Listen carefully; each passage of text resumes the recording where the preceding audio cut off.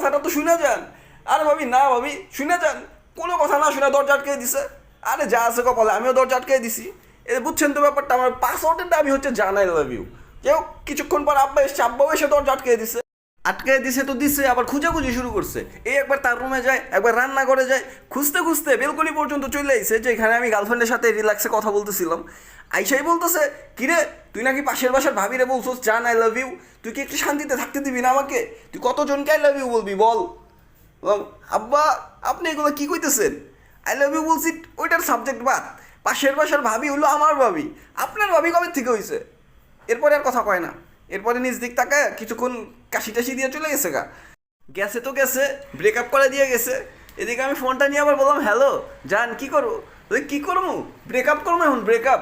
কই তোমরা I love you কয়ে বেড়াও তুমি, হ্যাঁ? তোমার সাথে ব্রেকআপ এই কয়ে ব্রেকআপ করে ব্লক মেরে দিছে, সব জায়গায় ব্লক করে দিছে। মানে কি থেকে